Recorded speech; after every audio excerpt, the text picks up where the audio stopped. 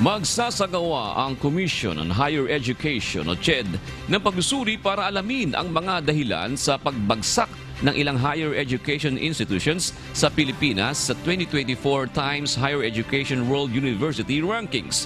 Kasunod ito ng pagbaba ng ilang mga kilala at prestihiyosong mga universidad kumpara sa kanilang antas noong 2023 ranking.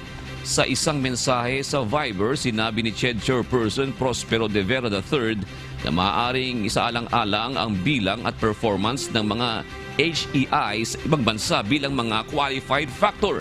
Sinabi rin ni De Vera ang posibilidad na ang mga HEI na noon ay mataas na ang antas mula sa ibang bansa ay may mas mabilis na pag-angat ng score kaysa sa mga universidad sa Pilipinas na lumahok. Gayunpaman, ipiniliwanag niya na hindi nangangahulugan ng mas mababang score ang mas mababang pwesto.